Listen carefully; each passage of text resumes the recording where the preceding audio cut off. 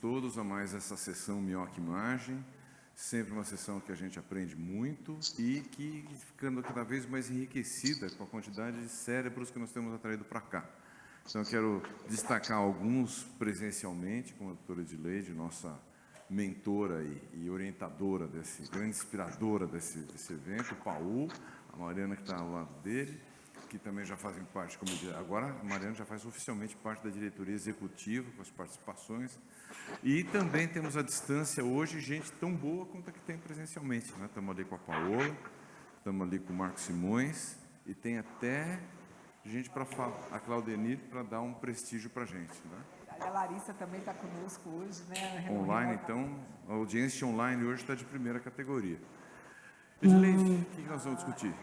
Pois é, vamos discutir mais um caso sensacional. Todo caso da miocárdio é sensacional, né, Ibrahim? Essa palavra é dele. Então, um caso diferente. Vamos ver se vocês acertam o diagnóstico. Pretende fazer diagnóstico diferencial. Quem apresentará o nosso caso será a doutora Daniele, nossa residente de primeiro ano, e a doutora Ana vai fazer as considerações finais, né? Então, vamos começar? Por favor, doutora Daniele. Boa tarde a todos, eu sou Daniele, eu sou residente de clínica médica do Hospital Heliópolis. Vamos começar. Inicialmente, vamos identificar o nosso paciente como WS, um paciente de 41 anos, do sexo masculino, que ele trabalhava como vigilante. Ele é natural e procedente da cidade de São Paulo. De antecedentes patológicos, ele nega etilismo e tabagismo, relata uma história de asma, bronquite na infância, com clínica até a fase adulta. Ele relata uma infecção com Covid em maio de 2020. De antecedentes familiares, ele relata que não tem contato com o pai, né, mas a mãe apresentou, ela faleceu de um infarto agudo do miocárdio, e que previamente ela não tinha nenhum diagnóstico de nenhuma cardiopatia ou demais comorbidades. Relata que nos derradeiros 4 meses de vida, ela ficou acamada por fortes dores, principalmente na região dorsal, da coluna. Ele fala que são 5 filhos e, além dele, são 3 mulheres e um homem, né? A primeira irmã é uma irmã de 47 anos, que ela relata que em 2020 iniciou com quadro de dor muscular e óssea. O outro irmão, que é do sexo masculino, é um paciente de 43 anos, que até o momento não tinha apresentado nenhuma queixa. Uma outra irmã de 42, que também apresentou dores intensas em todo o corpo. E outra irmã que tem 39 anos e que no momento ela apresenta um quadro depressivo importante, com queixas álgicas, precordialgia e palpitação. O paciente apresenta um filho de 19 anos, que no momento ele tem queixa de dispneia importante e tem um diagnóstico de bronquite asmática, mas nega qualquer outras queixas relacionadas à dor ou disfunções cardíacas. Vou parar um pouquinho aqui, doutora Daniela. Vamos perguntar para o doutor Marcos Simões o que você achou dessa história familiar. Marcos. Então, eu não tenho informação ainda da cardiopatia ou a manifestação do paciente em si, mas chama atenção múltiplos acometimentos familiares com queixas que, dentro desse cenário que a gente está inserido hoje, eu acho que tem um sinal de alerta aí de múltiplos acometimentos que podem sugerir polineuropatia, né? Com manifestações sensitivas aí de dor, né?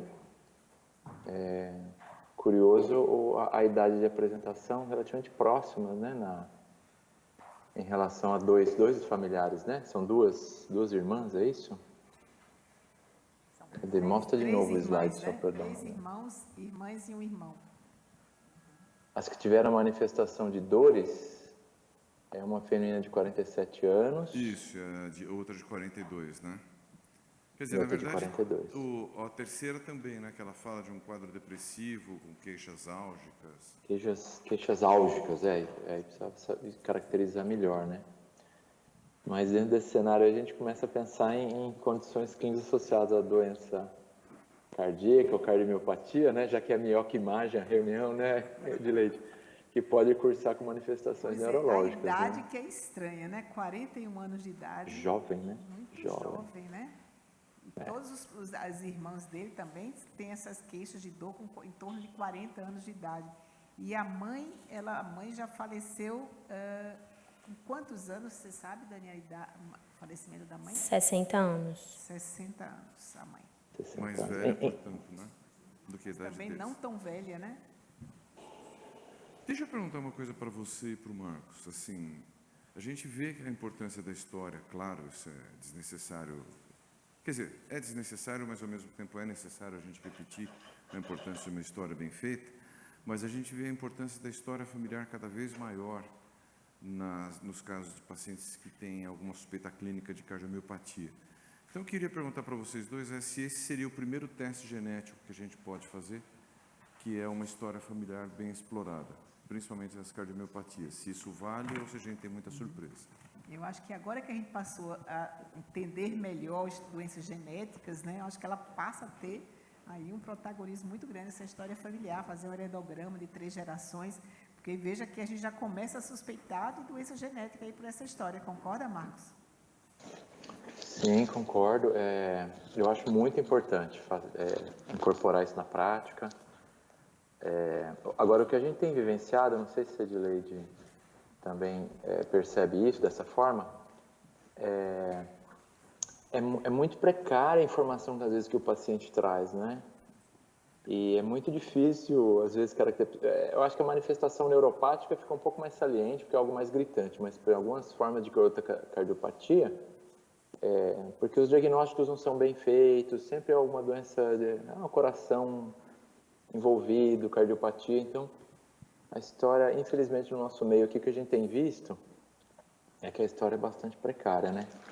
E é curioso que em alguns cenários em que essa doença genética se expressa muito tardiamente na vida, principalmente depois dos 65, 70 anos, que a gente tem visto aqui também pacientes que são hereditários, mas com passado aí, com os ascendentes, sem história de envolvimento, possivelmente porque eles faleceram de outras causas em idade mais precoce, né? Não chega a expressar a doença. Então, eu não sei...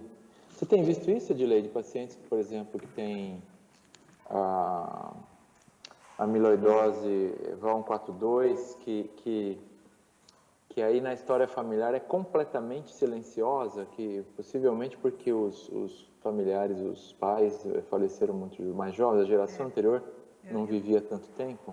Eu tenho visto que dificilmente alguém tem algum diagnóstico de amiloidose junto desse paciente. Mas é que é muito difícil o diagnóstico mesmo, né? A gente vai investigar, termina encontrando. Mas não chama muita atenção por ser idosos, né? 68 anos, infartou, morreu de infarto. Geralmente é infarto que leva a culpa de tudo.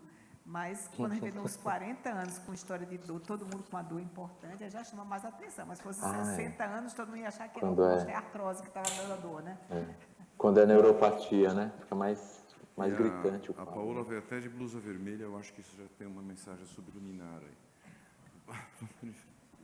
Vamos em frente. O paciente deu entrada aqui para o nosso serviço por via ambulatorial. Ele vem evoluindo há 18 meses com uma dispneia importante, dor precordial típica relacionada ao esforço que aliviava com repouso. Desde o começo dos sintomas, há 18 meses, ele vem apresentando palpitações esporádicas, uma dispneia com classe funcional 3 ou 4, tonturas frequentes, apresentava também queixa de desidrose, fraqueza muscular intensa, parestesias em membros superiores e inferiores e queixa de desequilíbrios. Ele relatou também uma redução de sensibilidade importante de membros inferiores, queixa de olho seco, uma saciedade precoce, náusea e diarreia, chegando à perda de 22 quilos em um ano. Ele relata também que teve diversos atendimentos em pronto-socorros, buscando tratamento para esses sintomas, só sendo tratado com sintomáticos. A medicação de uso contínuo, ele faz uso de carvedilol, espironolactona e AS. Ao exame físico, ele estava em regular estado geral, hipocorado 1/4, hidratado, aniquitérico, afebril e acianótico. Sinais vitais, ele apresentava uma frequência cardíaca de 74, frequência respiratória de 18 e uma PA de 100 por 60. Na ausculta cardiovascular, ele apresentava bolhas normofonéticas em 2 tempos, sem sopros e sem turgência jugular. Na ausculta respiratória, murmúrio vesicular presente, sem ruídos adventícios. Nas extremidades, ele não tinha edema e nem empastamento de panturrilhas. E aí nós demos entrada com a avaliação laboratorial dele. Dos exames laboratoriais que a gente começou pedindo, um hemograma, função renal, ele não apresentou alteração, né? Ele apresentou uma urina tipo 1 com sangue, 3 cruzes e presença de 128 mil hemácias e uma microalbuminúria de 25,83. Continuando a investigação, foi solicitado um eletroforese de proteínas que veio normal. Aí nós fizemos um eletro para ele, que vai ser apresentado. Agora a Mariana vai matar o diagnóstico, como a sessão vai acabar, eu queria antes perguntar uma coisa para eles. Por que vocês pediram eletroforese de proteína para esse paciente? Não tenho a menor ideia até agora por que pediram essa eletroforese. Não é um exame que a gente costuma fazer, está aí.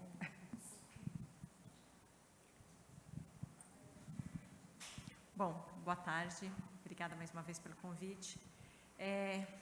Estamos diante, então, de um rapaz de 41 anos, né, que tem uma história aí de uma queixa de cansaço, de diminuição de força, de dor em membros inferiores, de parestesia. O que chama atenção nesse eletro, né, ele está com uma frequência ali de quase 100 e o que mais chama atenção logo de cara é a baixa voltagem desse paciente, né? Ele tem um ritmo sinusal, ele tem um desvio do eixo lá no quadrante superior direito, uma baixa voltagem e tem uma sugestiva até área eletricamente inativa em parede inferior e ele vem com queixa aí de uma dor típica para a gente. Quando a gente olha as derivações do plano frontal, das precordiais, a primeira coisa que a gente vê é falar, puxa, que vê um estranho, será que ele está mal posicionado? Admitindo que isso esteja de fato correto, talvez ele tenha um sinalzinho ali que a gente chama de só de palhares. Quando a gente amplia, ele tem um QR. E aí ele tem também uma baixa voltagem com alteração de repolarização em parede inferolateral. Esse sinal aí do só de palhares, ele pode representar para a gente um sinal indireto de átrio direito, de sobrecarga de átrio direito. E apesar dele não ter uma onda P tão nítida, tão clara em D2, ele tem um sinal de Morris em V1 e V2. Então, acho que por esse eletro, a gente daria um ritmo sinusal, com eixo desviado no quadrante superior direito, com baixa voltagem de QRS, com área eletricamente inativa ou sugestiva área eletricamente inativa inferior e sugestivo átrio direito, sugestivo sobrecarga de átrio direito e sobrecarga de átrio esquerdo. Podemos terminar a reunião, né, Ibrahim? Ela já fez o diagnóstico. Eu disse que ela ia resolver, então vai acabar deixando a ressonância inútil. Isso. Vamos em frente. Pronto, depois que a gente solicitou um eletro, a gente também fez um raio-x do paciente, que o Dr. Paul vai explicar. Bom, obrigado pelo convite mais uma vez. Bom, a gente está diante de todo esse quadro clínico, né? A gente observa um raio-x que não chama muito a atenção, né? A gente está bem inspirado, a técnica é bastante adequada, a área cardíaca não parece muito aumentada. Vocês veem que o paciente jovem não tem a traumatose, não tem calcificação na aorta, e também o tronco da pulmonar, que poderia estar justificando esse quadro sintomatológico, também não tem muita relação. Vocês veem que o quadro clínico tem muito mais chamativo do que o radiográfico, né? Então, isso que chama muito mais atenção e a gente vai diante de outros exames. E do eletro também, né? Porque o eletro não é um eletro normal. O raio-x decepcionou. Vamos em frente. Pronto. E aí, depois desses exames, o que é que vocês acham? Qual a etiologia da IC que a gente imagina até agora? Vamos perguntar primeiro ao auditório. Quem acha que é uma miocardiopatia dilatada, levante a mão. Vamos perguntar, mas só uma coisa, quem não levantar a mão hoje vai ter que pagar a conta do almoço. Quem acha que é miocardiopatia dilatada, levante a mão. Ninguém. isquêmica. O paciente tem dor, uma zona inativa de V1A/V3. Quem acha que pode ser uma cardiopatia isquêmica?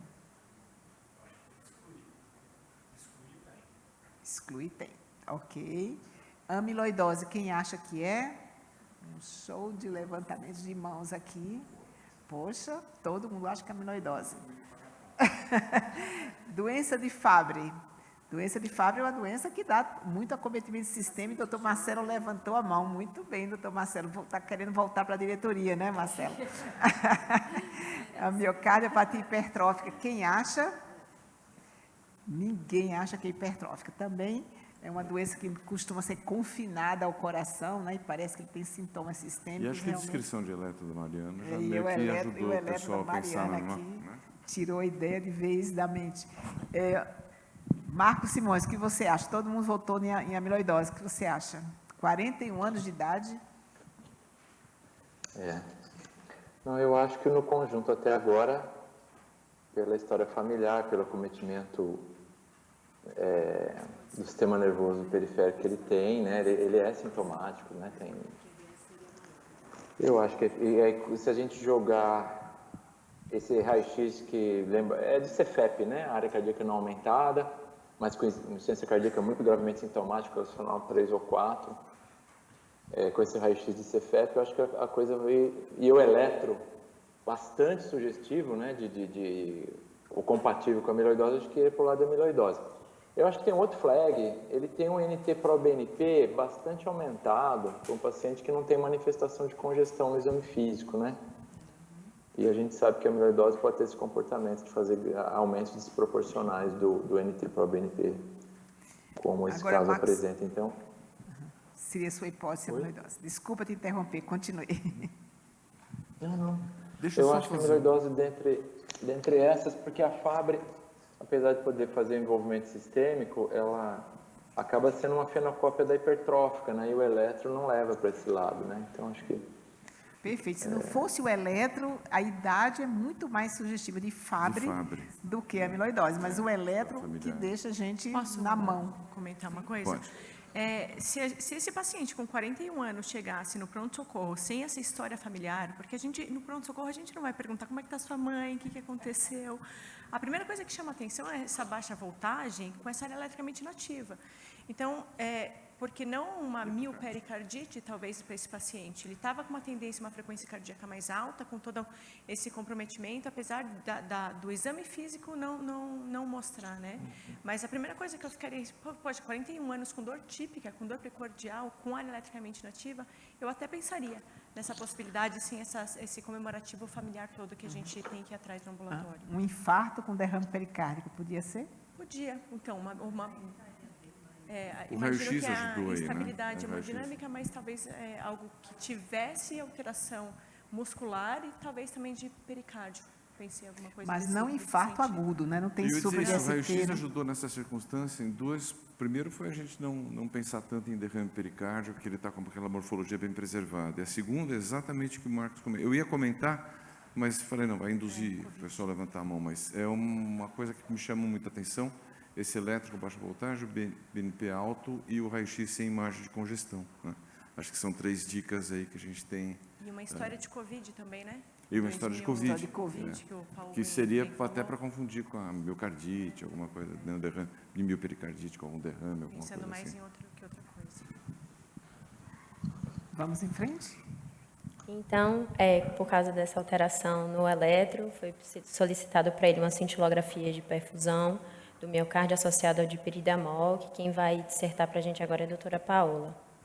Esse exame foi feito fora, né, Paola? Mas você comenta o resultado, por favor? Comento sim. Eu não vi a imagem, não foi realizado no Dante, né? Mas o resultado, trouxe a imagem? Não, só o resultado, né? Só o resultado. Só o resultado, só o laudo.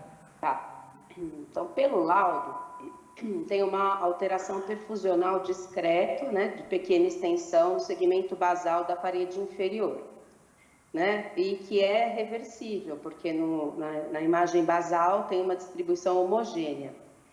Também uma fração de ejeção que os valores de normalidade do local em que foi realizada de 45%, uma fração discretamente diminuída, né, com volume preservado do ventrículo esquerdo, né? E na conclusão, mostrou uma hipoperfusão transitória no segmento basal da parede inferior, sugerindo isquemia induzida pelo estresse farmacológico com uma carga isquêmica muito pequena. Vejam,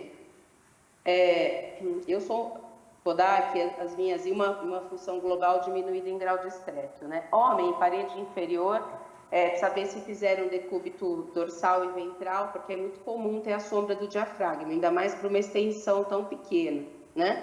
Não descreveram se essa vejam, ó, hipocinesia e déficit do espessamento difuso, né? Então, não tem uma alteração da contratilidade só no segmento basal da parede inferior. Então, pela imagem, pela descrição aqui, dá para suspeitar uma discreta isquemia no segmento basal da parede inferior, né? Mas talvez a gente não pode descartar, não falaram se tem sintomas na prova farmacológica, se alterou o eletro da prova farmacológica, possivelmente não, porque não foi comentado. Então, a gente está entre uma isquemia discreta no segmento basal da parede inferior, com uma discreta diminuição da função difusa, ou um artefato por atenuação na parede inferior, que eu não estou vendo a imagem para descartar. Perfeito. O que eu pensei só foi, reforçando o raciocínio da Mariana, se ele ainda chegasse no pronto-socorro levando essa prova, ele ia para o CAT direto, né? Porque ninguém... Com certeza. Né? Mas terminou assim, esse é o grande problema da cintilografia quando a gente não analisa como um todo, né? Assim, a gente sempre usa as imagens em decúbito dorsal e ventral ou com correção de atenuação. A gente sempre analisa a prova farmacológica, como foi, enfim, com toda certeza. Apesar de pequena extensão, né, assim, essas extensões aí de 2%, a gente nem costuma descrever, põe se é menor que 5%, porque o método nem tem definição para dizer que é 2%, mas, ou seja, talvez tenha uma alteração em um único segmento basal, e se é 2%, é uma alteração muito discreta, né? Então, assim, eu quando descrevo, assim, nunca descrevo dessa forma, mas eu diria que me passa a percepção mais de que é um artefato, tá? Mas, assim, com essa descrição aqui, com certeza ele iria para um cateterismo. E foi, né, Mari? Exatamente. Eu era o chefe de plantão aquela noite.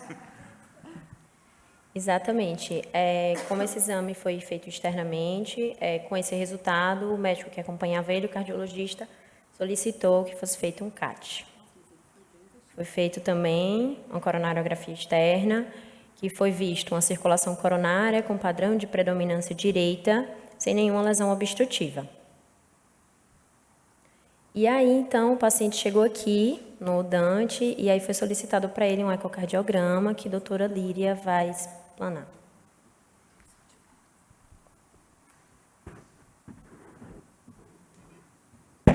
Oi, bom dia. Eu vou apresentar o ecocardiograma desse paciente, mas hoje é só clicar aqui, que eu estou assim. Então, é um exame que eu quase diria que ele leu o livro, muito bem típico, de uma patologia que todo mundo pensou. Então, a gente está aqui no corte paraesternal, tá? Longitudinal. O que já chama atenção é a espessura do ventrículo esquerdo, e ele tem aquela característica, né, mais brilhante, com pontinhos mais hiperrefringentes no seu interior. As medidas demonstravam ventrículo direito e ventrículo esquerdo de tamanho preservada, um leve comprometimento da função sistólica, principalmente decorrente de uma hipocinesia aqui dos segmentos médio-basais, um átrio esquerdo aumentado e um pequeno refluxo da válvula mitral e tricúspide, e um pequeno derrame pericárdico adjacente ali ao ventrículo direito. Aqui é um tridimensional, para vocês terem uma noção mais de profundidade, mas não acrescentou muita coisa, só para mostrar mesmo esse caráter difuso do aumento da espessura miocárdica do ventrículo esquerdo.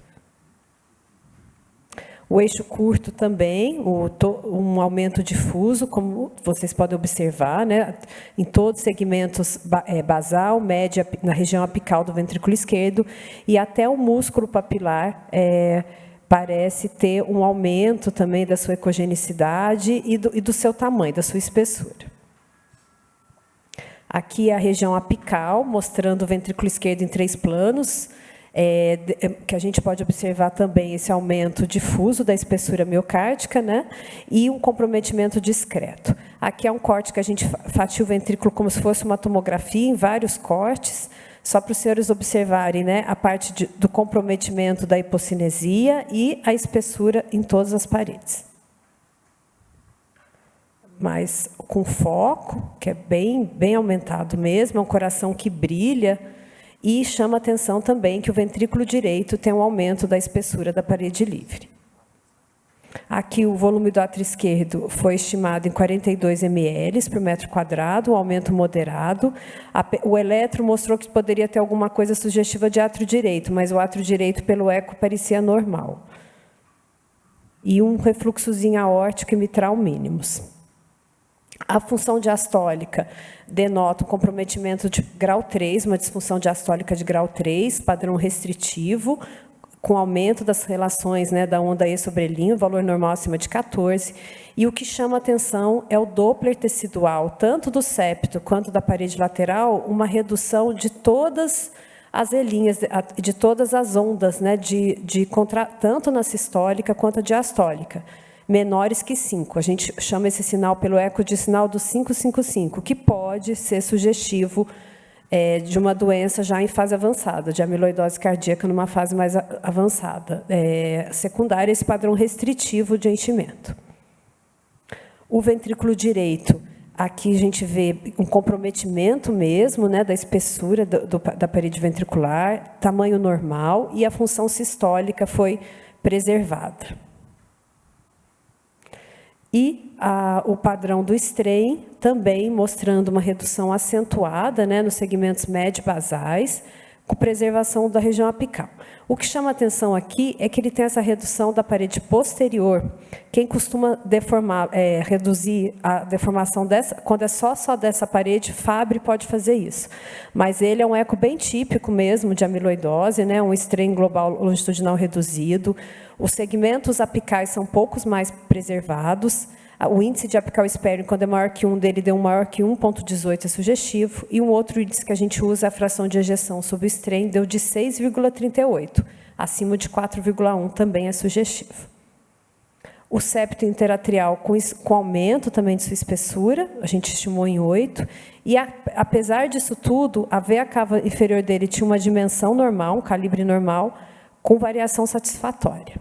E esse paciente, apesar de ter um padrão restritivo, ele não tinha hipertensão pulmonar pelo eco. Achei muito esquisito também, mas... Perfeito. Porque você falou que o paciente leu o livro, mas ele esqueceu de aumentar o átrio esquerdo, né? Isso. Mas aumentou pouco, né? Deveria ter um aumento importante.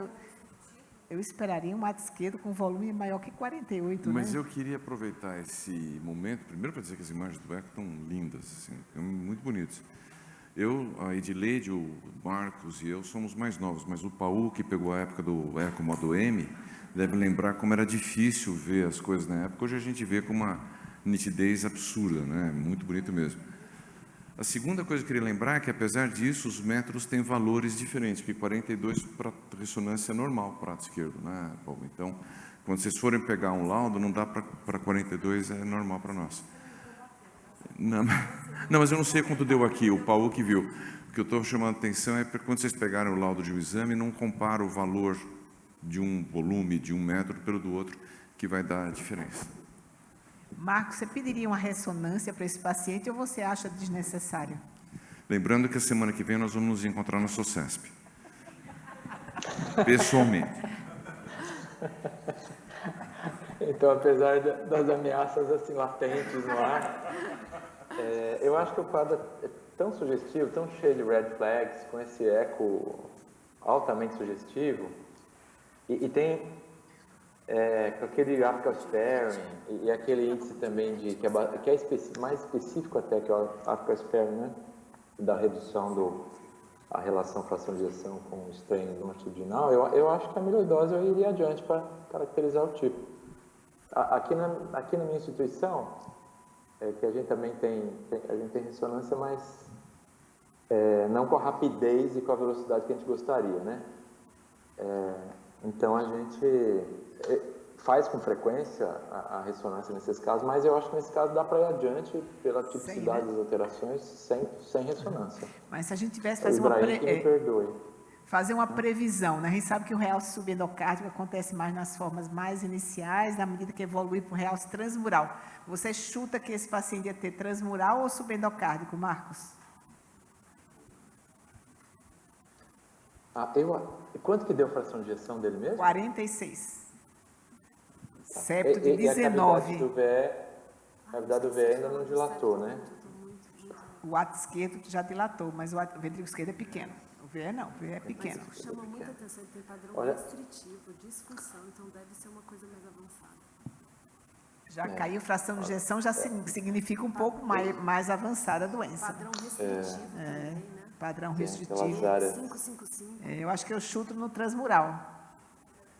Vamos ver. Olha, Edileide, é um raciocínio interessante. Eu não parei para pensar dessa forma em relação à integração desses dados, não. Mas eu acho que se a doença avançou mais, já saiu do subendocárdio e avançou na transmuralidade, pelo menos em alguns segmentos, né? Vamos lá, doutor Você Paulo. tem visto correlação aquela pseudo-zona eletroinativa parede inferior, também te dá a dica que talvez tenha aspecto de transmuralidade, não? Nunca vi essa correlação, não. E eu juro que eu não vi a ressonância que ela fez antes de ontem. Esse paciente já estava medicado sem fazer ressonância. A gente só fez a ressonância para trazer aqui no caso hoje, na reunião hoje. Mas você iria adiante? Você acha essencial ter ressonância para levar adiante ou você já ia investigar a forma da amiloidose? Sim, é claro, eu acho que eu ia seguir adiante o algoritmo independente da ressonância. Estou dizendo que a gente já tinha seguido, mas a gente fez só para abrilhantar o caso aqui, trouxemos. Claro. Mas eu estou curiosa agora a saber qual é o realce tardio. Então nós nos salvamos, podemos encontrar o Ibrahim no sucesso sem grande risco, né? Podem encontrar, mas vocês dois vão pagar o café. Vamos Perfeito, lá. combinado. Vamos lá, Dani. Como foi falado, o próximo passo foi fazer a ressonância magnética, que o Dr. Paulo vai explicar. Bom, boa tarde com todos. Aqui com uma ressonância ainda quentinha, né? Faz poucos dias atrás. E com certeza a conduta já ajudou muito, todos os exames foram feitos. Porém, o valor prognóstico da ressonância também sempre deve ser lembrado no diagnóstico e também no acompanhamento. Então, já nas imagens iniciais que sempre a gente faz para localizar o coração, a gente percebe justamente isso, esse aumento da espessura concêntrica, um derrame pericárdico discreto, né, e já dá dicas que o exame vai ser bem interessante, bem típico. Imagens de eixo longo, aqui no lado esquerdo 4 câmeras, no lado direito 3 câmeras. Percebam vocês o aumento do septo interatrial, o átrio esquerdo sim não está tão aumentado assim pela ressonância, porém já chama a atenção duas coisas. Primeiro, o comprometimento sistólico do ventrículo esquerdo, e também o comprometimento diastólico. Vocês veem que um ventrículo duro, né? Aqui, vocês percebem também, no ventrículo direito tem um aumento da espessura, tá? E vejam aqui também como tem um discreto derrame pericárdico. Aqui na imagem eixo longo, no 3, a gente vê que não tem alterações valvares linfativas e que esse aumento de espessura difuso é o que mais chama atenção. Aqui, quando a gente faz essa imagem no eixo curto, que é onde a gente faz os cálculos de fração de ejeção, percebam justamente isso. A contração já é comprometida, a função sistólica, mas também esse padrão restritivo muito chamativo. Percebam vocês, não sei, eu tive a impressão que os segmentos apicais têm um pouquinho mais preservado em relação aos segmentos basais. Então, eu concordo com o eco também, o aumento da espessura no papilar também chama atenção, tá? Então, aqui em relação à análise da espessura, só para não gerar atritos com o ecocardiograma, vocês veem que a espessura sempre tem que respeitar essa medida aqui, não pegar crista, né? E o aumento da espessura concêntrico. No eixo curto é muito mais fácil isso. Quando a gente vê em eixo longo, percebam como essa diferenciação entre o que é ventrículo direito e esquerdo, às vezes acaba ficando mais difícil e superestimar é um pouquinho mais fácil, tá? A espessura concêntrica aumentada difusa de até 15 milímetros de espessura, tá? E aqui, a análise da função, quando a gente faz um empilhamento nas imagens da ressonância, consegue sim também ter uma impressão da contratilidade global e segmentar. Então, percebam aqui a porção apical como um pouquinho mais preservado em relação aos segmentos basais pela ressonância magnética que foram mais comprometidos. Então, quando a gente analisa já os parâmetros da ressonância, vejam como a função ventricular 47, uma disfunção discreta, ventrículo com uma função preservada, os volumes são adequados, não tem alteração nenhuma, e vejam essa massa indexada, uma hipertrofia concêntrica de 125 gramas por metro quadrado, então isso chama muita atenção. Quando a gente injeta o contraste, a gente adquire essa dinâmica da injeção de contraste, uma imagem dinâmica da chegada do fluxo, então a gente percebe que não tem alterações na perfusão e repouso. Essa imagem inicial que apareceu é simplesmente um artefato, e por isso que a gente sempre faz um treinamento bastante árduo para diferenciar essas imagens, o que são artefatos dos fatos. Né? Então, aqui uma imagem muito característica, eu queria chamar a atenção de vocês, porque, embora não leia o livro dos átrios, mas leia o livro da amiloidose com os outros achados. Tá? Aqui uma imagem que a gente faz, um detalhe para obter uma imagem de realce tardio apropriada. A imagem de realce tardio apropriada é deixar o músculo preto. Como o contraste tem essa dinâmica de fluxo, se tudo estiver adequado, ele consegue limpar, o miocárdio normal consegue lavar esse contraste e fica preto. Quando fica branco, quer dizer que não conseguiu lavar esse contraste. Então, esse T-Scout, que é a famosa imagem que sempre a gente escuta, é essa imagem do lado esquerdo, onde a gente obtém essa imagem adequada. Caracteristicamente, na amiloidose, o que primeiro acaba ficando preto é o miocárdio e não a cavidade. Posteriormente, quando a gente vê as outras imagens, a gente vê que essa diferença entre o músculo e a cavidade é muito difícil de definir qual é qual. Esse é um exame normal, na imagem do lado direito, então percebam como, inicialmente, quem fica preto, quem anula, é a cavidade. E aqui na amiloidose é ao contrário. Então, percebam como o músculo já, pelo tempo de versão diferente, pela característica do tecido, no caso da infiltração amiloidótica, em diferença do tecido normal. Tá? O Dr. Ibarém sempre brinca, às vezes esse diagnóstico é feito pelo telefone, né? Porque essa imagem é muito importante para continuar o exame. Quando não atinge essa imagem adequada, somos acionados, às vezes em desespero, porque o realce tardio tem um tempo específico que tem que respeitar, e quando a gente observa essa imagem é muito característico. Aqui só para mostrar para vocês com mais detalhe, o paciente com amiloidose, como ele primeiro fica preto o músculo, né? E acaba sendo muito mais característico. E aqui o realce tardio. Então, a gente injetou contraste, fez essa análise acurado, e agora a gente espera um tempo prudencial para fazer o realce tardio. E aqui, que chama muita atenção, o acometimento, ao contrário do que todo mundo falou, é transmural. Tá? Então, concordamos sim. Quando a gente observa na amiloidose, esse acometimento sistólico já é muito mais avançado. Vocês percebem que o realce tardio acomete transmuralidade de quase todos os segmentos. E aqui me chamou a atenção uma coisa no eco, que o segmento inferolateral basal era um pouquinho que sobrou, que estava preservado, e que o estranho acabou observando isso. A porção apical também foi acometida, porém, o que mais é acometido são os segmentos médio-basais. Além disso, vejam que tem comprometimento no ventrículo direito, então vejam que esse acometimento é uma doença difusa, ela não acomete só os segmentos do ventrículo esquerdo, acomete o ventrículo direito também, embora a função do ventrículo direito ainda não esteja acometida, mas tem realce tardio, e tem também aumento da espessura, e aqui um eixo longo, vejam como tem realce tardio também atrial, pegou no septo interatrial, e o acometimento difuso e transmural no ventrículo esquerdo. Mas a ressonância não fica só nisso. Então, a gente também fornece informações prognósticas em pacientes que têm um diagnóstico de amiloidose.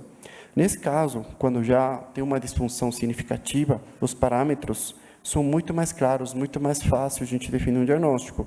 A gente faz caracterização tecidual também com avaliação do mapa T1 nativo e com o mapa T2 pós-contraste. Com isso, é possível obter valores e ter uma impressão sobre o volume extracelular desse paciente.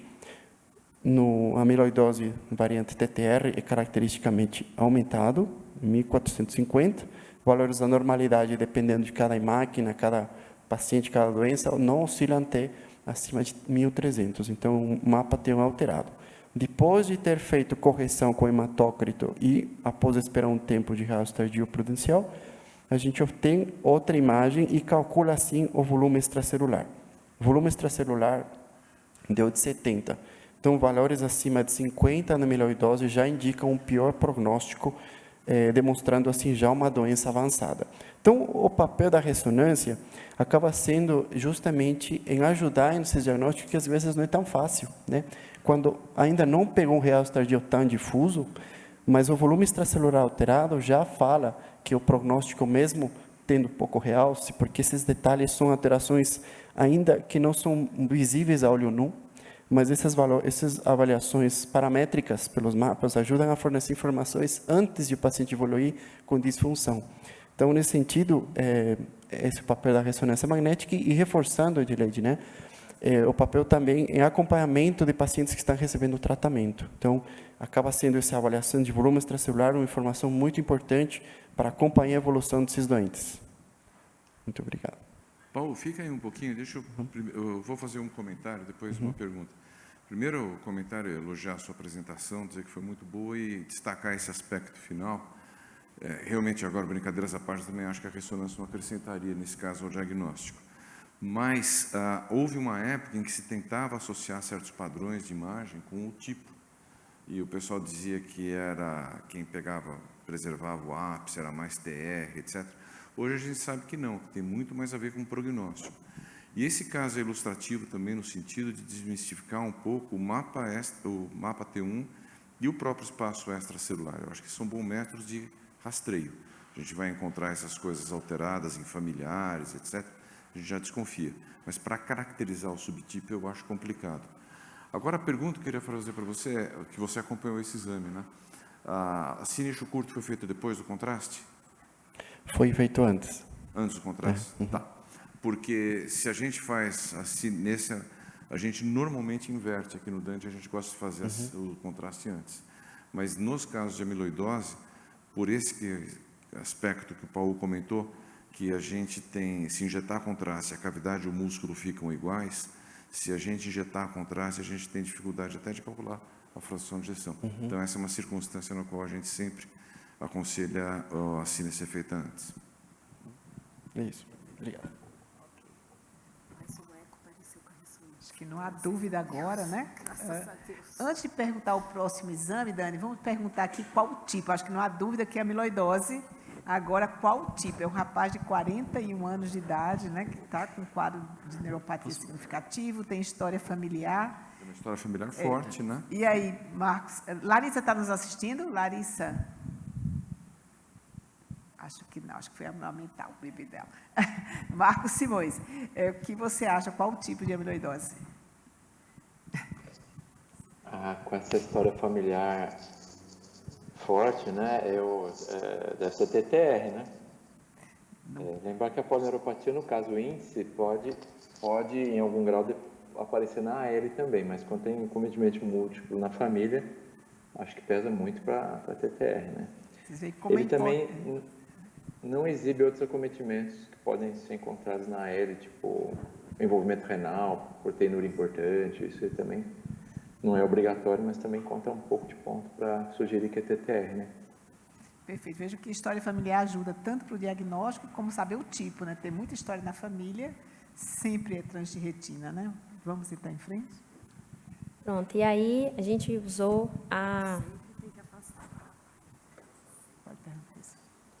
Pronto, para prosseguir.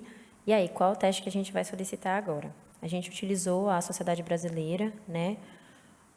Utilizou sobre o compêndio, falando exatamente sobre a amiloidose cardíaca, que diz que a investigação começa quando a gente solicita o exame de cadeias leves, né? Para a gente poder diagnosticar, investigar qual é o tipo de amiloidose, que são as duas principais, a AL ou a TTR, como tinha no slide anterior.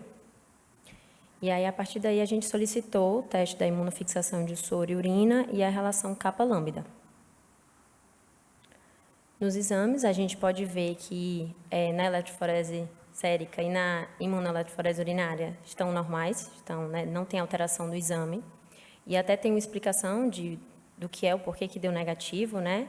E também na relação das cadeias leves, né, e livres, capa lambda, que deu uma relação normal, que o valor de referência é entre 0,31 e 1,56.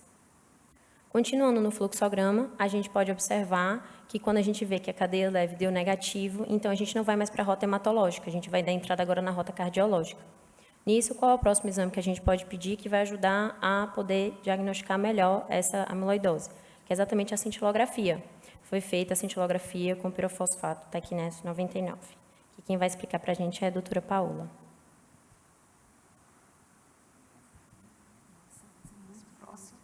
Vamos projetar o próximo.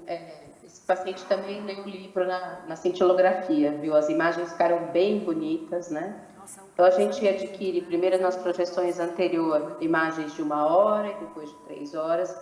E a gente classifica em cruzes a captação cardíaca em comparação aos arcos costais. Vejam como praticamente não dá para verificar os arcos costais. E a captação na área cardíaca é bastante intensa, né? Então, ela foi classificada em 3 cruzes. A outra coisa, então, é que a gente traça uma área de interesse na área cardíaca e na parede contralateral, e se for acima essa razão de 1,5, né? A gente sugere o acometimento cardíaco, né, na forma TTR. Vejam que em 1 hora era 2,4, acima de 1,5. E em 3 horas também manteve acima de 1,5. Pode passar os próximos. Quando a gente tem dúvida, né? É muito importante, pode passar o próximo, que a gente passa as imagens em SPECT, né? E aqui dá para ver que, em geral, se não tiver acometimento cardíaco, a gente nem vê a área cardíaca. Girando aqui, o exame ficou bem bonitinho, né? Dá para ver o coração desenhado aí dentro, né? Na área cardíaca.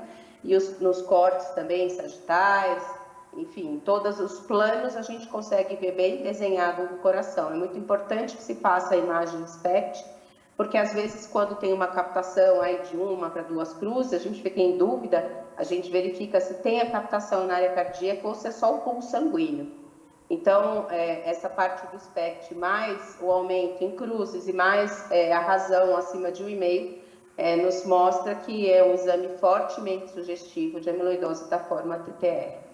Paola, e dá para ver a captação no VD também, né? Interessante, a gente vê Também aquela imagem VD.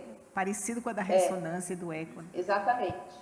É uma captação difusa, né? Em toda a área cardíaca do ventrículo esquerdo, e também, como você observou, tem uma captação no ventrículo direito que, habitualmente, quando ele não está acometido, a gente não verifica essa captação.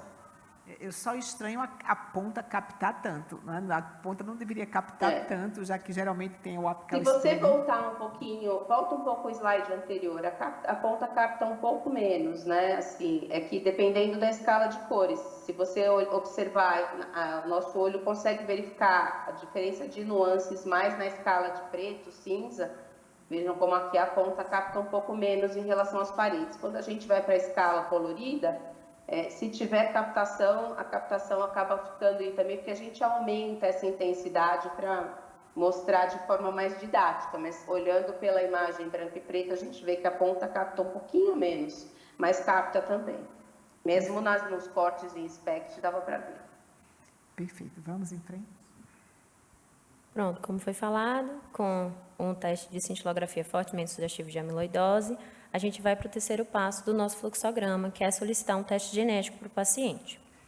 No caso do nosso paciente, ele apresentou essas 2 variações, essas 2 alterações genéticas com a variante VAL 142INI e a CER 70ARG. A VAL 142INI foi visto no teste do paciente que ela apareceu em heterozigose e que ela é classificada como patogênica. Já a CER 70ARG, ela também veio como zigose em heterozigose e é provavelmente patogênica, mas ela é patogênica.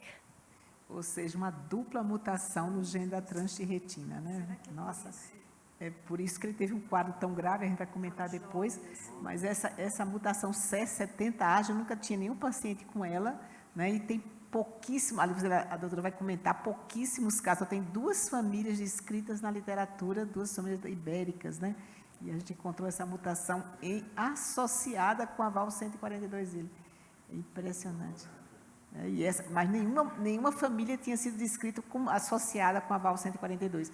Essa foi ela mais a VAL 142 e ela já costuma dar quadro clínico precoce. Né? Vamos em frente. Aqui no caso era o diagrama do nosso paciente, né, que está marcado, né, o quadrado vermelho, que é exatamente por ele apresentar as duas variações. Como dá para ver, a mãe, a gente não tem como fazer o teste dela, mas ela foi a óbito. E o pai, no caso, ele, né, abandonou. No caso dos irmãos, dos filhos, a gente só fez o teste de uma irmã, que deu negativo, ela não apresentou nenhuma variação. E o paciente, ele só tem um filho, que, assim, não foi feito o teste genético nele ainda. A culpada foi a mãe, né? Provavelmente. O pai não teve culpa na história. Isso, exatamente pela clínica da mãe, suspeitar que a alteração tinha vindo realmente da mãe. E, no momento, o paciente ele se encontra em classe funcional 3, ele mantém uma dispneia e dor no corpo, ele relata uma queixa importante ainda em membros inferiores, inclusive que ainda está apresentando uma piora progressiva da parestesia e da dor, principalmente em membros inferiores. Em membro superior, ele relata mais a parestesia. Ele relata que já está fazendo o uso correto e adequado do Tafamides, de 20 miligramas, só que ele iniciou somente há 3 meses. E aí, na conversa com o paciente, foram dadas 2 opções com relação ao estudo que ele queria seguir. Ou o cardiotransforme, podendo ser feito o Eplontersen ou placebo, né? E o estudo Intelia, que aí vai ser o estudo da edição gênica. O paciente optou pelo estudo cardiotransforme e, no momento, ele está na fase de screening. Eu até queria perguntar, Claudenice, você está conosco ainda? Eu queria lhe perguntar... Estou aqui. Oi, Cláudio. Ele começou o Tafamides recente na dose de 20, porque é o que pode, né? A gente estava conversando ontem que ele, mesmo tendo cardiopatia, por ter 41 anos de idade, ele estaria fora de usar o de 80, que agora seria o 61, né? Ele não seria contemplado porque ele é jovem, coitado, e é o mais grave, na verdade. Mas quanto tempo a gente esperaria para o Tafamides começar a ter algum benefício sintomático nesse paciente?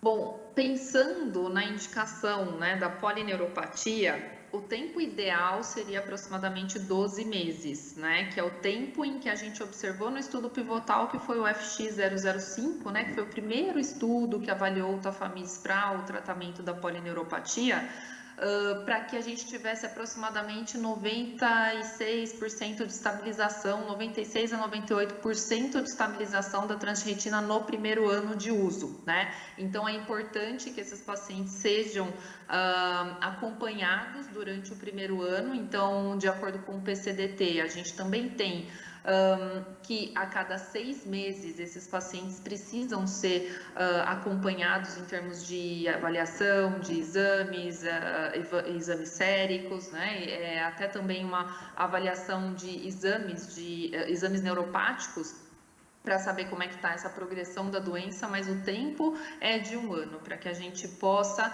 entender se esse paciente realmente pode estar tendo algum benefício fazendo uso da droga para essa indicação, não é? E a partir daí, caso não haja um benefício, caso haja a progressão da polineuropatia, então sugere-se entrar com outro tipo de droga para o tratamento desse paciente.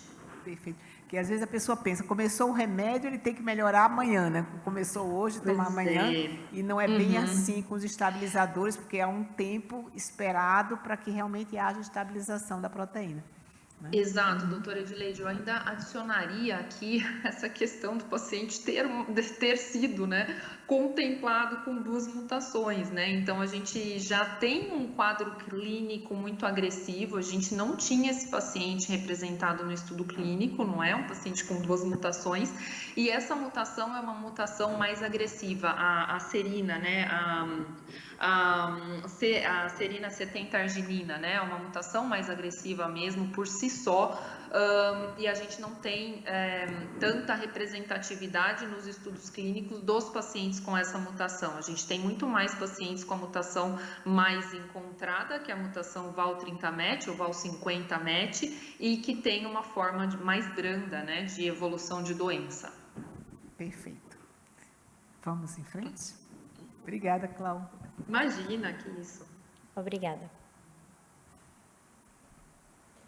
Boa tarde, eu sou Ana Carolina, vou dar seguimento na apresentação. Então, só para falar um pouco rápido, a amiloidose sistêmica é uma doença causada pela deposição tecidual de agregados proteicos e fibrilares insolúveis. São mais de 30 tipos descritos de proteína amiloidogênicas, sendo que 5 delas podem acometer o coração. Cadeias pesadas e leves da imunoglobulina, transtirretina, amiloide A e a ApoA1. Sendo que 95 das que comprometem o coração são causadas ou por cadeias leves da imunoglobulina ou a forma transtirretina, sendo a selvagem ou hereditária. Falando rapidinho, a proteína ela é produzida pelo fígado e tem a função de transporte da tirotoxina e da vitamina A.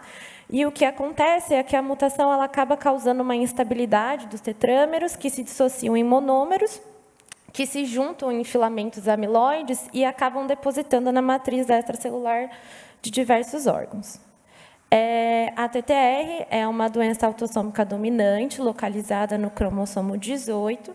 Temos mais de 140 diferentes tipos de mutação descritas, mas algumas têm polimorfismos e são bem determinados, e outras ainda têm um significado indeterminado.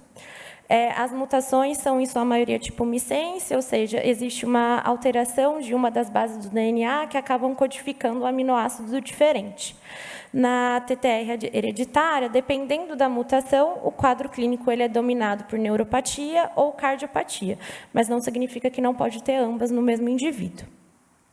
Esses são, até o momento, as variantes genéticas patogênicas que a gente tem descrita. E o teste genético, é a principal ferramenta diagnóstico para esses pacientes. Para o teste genético ser feito, tem que ter sido feito um sequenciamento completo do gênio TTR, com interpretação cuidadosa. Os exames só podem ser feitos em pacientes acima de 18 anos de idade, de preferência com uma equipe especializada, quando o paciente tem manifestação expressa de que é a vontade dele de fazer o teste e quando ele for considerado psicologicamente preparado para receber os resultados. Alguns conceitos importantes que eu vou falar rapidinho é sobre a questão da heterozigose e homozigose, que é quando a gente tem a presença de genes em um mesmo ou 2 alelos para a mesma característica. A penetrância, que é quando é uma medida quantitativa, que é em relação à porcentagem de expressão fenotípica do genótipo, e a expressividade, que é qualitativa, que é o grau de manifestação desse genótipo. Falando um pouco sobre a classificação, existem variantes genéticas. Essa classificação é feita pelo Colégio Americano de Genética, e a gente classifica as variantes como benignas, provavelmente benignas, significado incerto, provavelmente patogênicas e patogênicas. As provavelmente patogênicas, elas dão mais de 90% de probabilidade de causar uma doença e as patogênicas, 99%. Para uma provavelmente patogênica ser considerada patogênica, ela precisa ter a frequência de variante mais frequente em uma população doente, a variante tem que causar a mesma alteração que outra causadora de doença e tem que ser considerada uma variante rara mais frequente em famílias com a doença. Essa classificação ela é mutável e depende do sequenciamento genético à medida que ele for sendo feito nos pacientes. No caso da TTR hereditária, o perfil genético ele determina o fenótipo clínico e a evolução da doença. Nós temos as duas mais conhecidas e as mais predominantes, a Val50MET, que ela é a mais disseminada pelo mundo, é endêmica em Portugal, Suécia e Japão, e a mais comum no Brasil também está mais relacionada com o comprometimento do sistema nervoso. Também tem a mutação Val142I, que ela está mais relacionada com o comprometimento cardíaco. Em relação à TTR hereditária, a penetrância dela é bastante variável e depende de alguns fatores, como a variante genética em si, a região geográfica do paciente e o grupo étnico que ele faz parte. A Val50MET, então, ela é bastante prevalente em Portugal, já na Suécia nem tanto, e à medida que do passar da idade ela vai tendo uma penetrância maior. A Val142I ela está mais relacionada com pacientes afrodescendentes americanos. E o início precoce dos sintomas tem bastante relação com a ancestralidade dos pacientes. Sobre o nosso paciente em específico, então o paciente foi achado 2 variantes genéticas no mesmo paciente, o que é bastante raro. A Val142I, que é a variante mais comum relacionada à cardiomiopatia amiloide familiar, e a SER70ARG, que é uma variante bem rara, é descrita apenas uma vez na literatura, e até existe uma variante semelhante, porém, que é por troca de nucleotídeos diferentes. Pesquisando um pouco na literatura, tem pouquíssimos relatos, mas o relato de maior impacto é esse, que é sobre 2 famílias, uma espanhola e uma portuguesa, no total de 7 pessoas, e todas apresentavam a PAF, a polineuropatia amiloidótica familiar, não tinham comprometimento cardíaco, tinham sintomas neurológicos graves, eram progressivos e a idade era bem precoce. Falando do nosso paciente em si, então o nosso paciente ele tinha a Val142I, só que geralmente essa variante genética ela costuma dar sintomas após os 60 anos. Então, o que faz a gente pensar de que talvez o fato do paciente ter uma dupla mutação pode ter levado à sinergia, né, desses sintomas e iniciado uma forma mista precoce e bem grave, já que o paciente tem a polineuropatia e a cardiopatia. Aqui é só um exemplo, então, o que faz a gente pensar é que mutações em um mesmo alelo são bem improváveis. Então, a suspeita é que cada mutação esteja em um alelo nesse paciente, e isso é raro porque variantes genéticas relacionadas à ancestralidade, como o Val142I, elas geralmente não estão relacionadas com mutações de novo. Então, como o paciente tem essa dupla mutação, provavelmente o paciente tem uma grande expressão de quantidade de tetrâmeros anormais e, por isso, o paciente é tão sintomático, tão novo. Obrigada.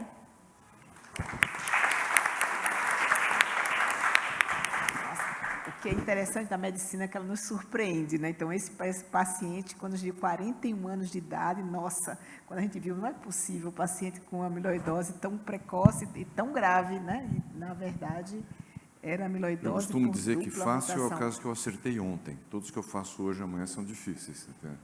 A quantidade de surpresa é muito grande. Eu acho que do número, nós estamos agora com 220 pacientes com amiloidose mapeados, apenas um com essa mutação e ainda mais em associação com o Val142. Ou seja, a gente pode deduzir que a mãe devia ter essa C70AG, né, viveu até os 60 anos, e o pai provavelmente era um portador de Val142, o que fugiu, né, sumiu o pai, mas deixou uma mutação para combinar com a da mãe. É muito azar para essa família ter essas 2 juntas, né? Se juntarem esses 2.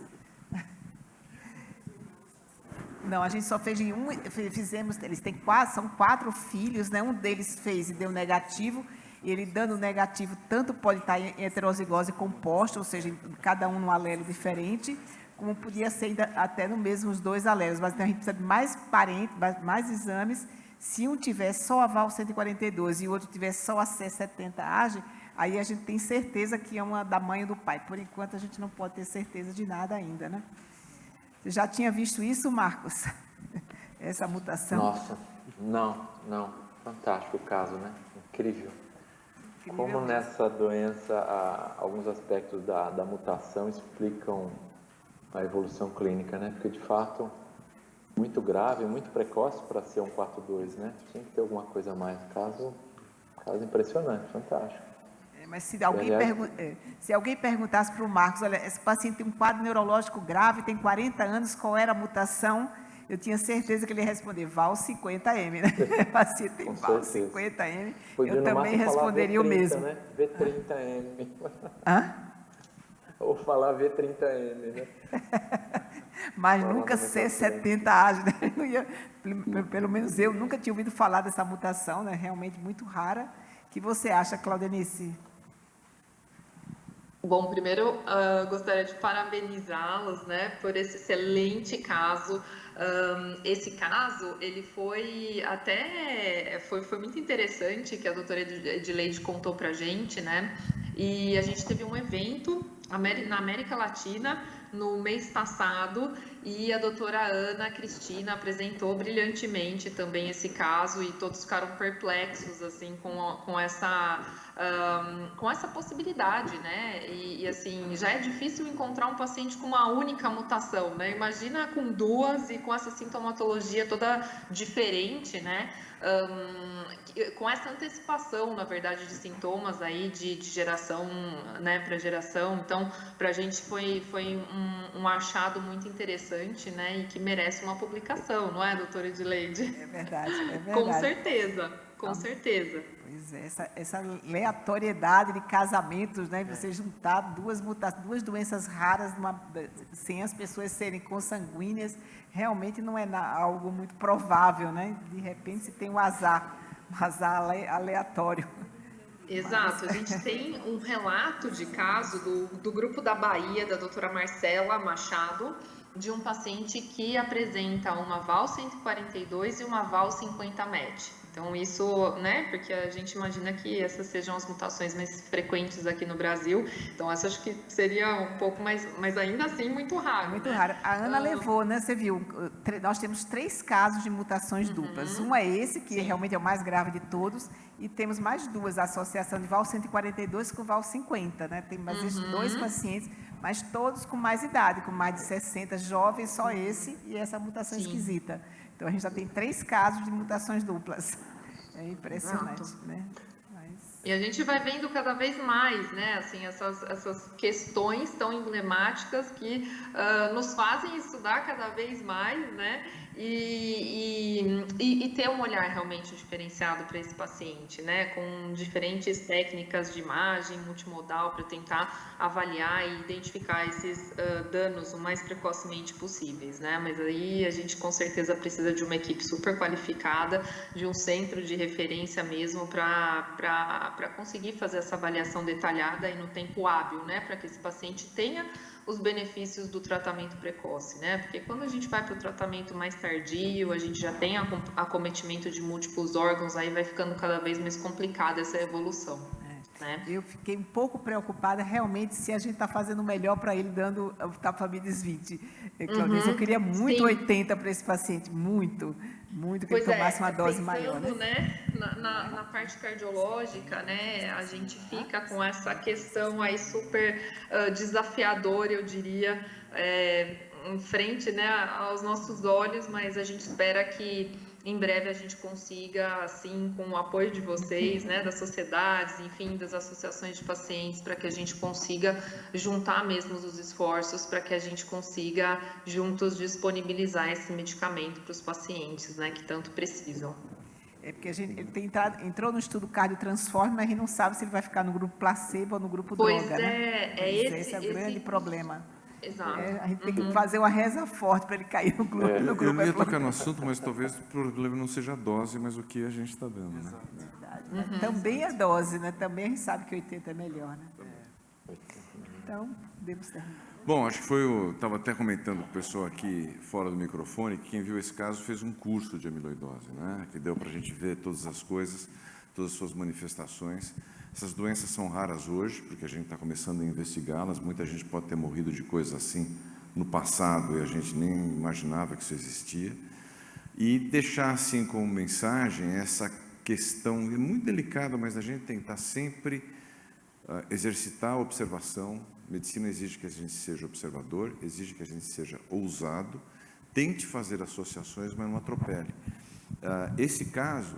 Por que eu bati tanto nisso? Porque há pouco tempo eu tive Tem gente que gosta de fazer essas coisas de gincana, né, para ver quem acerta o diagnóstico rápido. Aí mostraram uma ressonância, quem acertou o diagnóstico falou que era uma transtiretina, porque ela tinha muito realce basal, pouco realce apical, e eu fui embora, não quis falar nada, mas quem acertou errou, e o problema é disseminar o conceito. Como o Paulo mostrou muito bem, o que conta nesses casos é o estágio que o paciente está. Então, comprometimento de ser transmural ou subendocárdio, comprometimento de ser basal ou pegar toda a extensão. E mesmo, né, que muita gente bate na história de que a forma de cadeias leves é que dá esses espaços extracelulares muito altos. A gente viu 70 de espaço extracelular e é uma TTR. Então, é importante a gente ousar, é importante a gente exercer a capacidade de associação. Chagas descreveu a doença de Chagas usando só seu senso e observação, mas é preciso muito bom senso e analisar bem, e é o principal objetivo que traz a gente aqui. Nos trará, temos a sessão semana que vem? Temos sessão semana que vem. E lembrando que, olha, se a gente mostrasse um caso desse alguns anos atrás, antes de 2018, a gente dizia, não existe tratamento para esse paciente, essa doença não existe tratamento. Hoje a gente já está pensando qual é o melhor tratamento para esse paciente, que realmente é uma mudança radical, né? Que bom. E logo vai ser banal. Então, obrigado a Paola, obrigado ao Marcos, obrigado ao Emir. Agradeço, Mariana, Marcos, Paola, Líria, Claudelice. Edileide. Terça-feira que vem estamos aí. Ok. Obrigado, gente. Obrigada. Tchau, gente. Obrigada. Obrigada. Parabéns. Até mais. Tchau. Tchau.